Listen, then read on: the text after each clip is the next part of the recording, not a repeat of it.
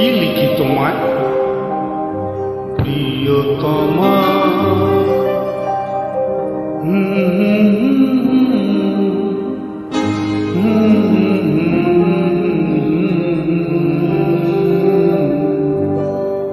কি লিখি তোমায়, কি লিখি তোমায়,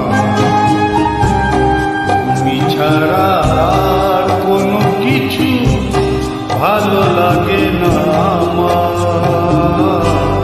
কি লিখি তোমায়, কি লিখি তোমায়।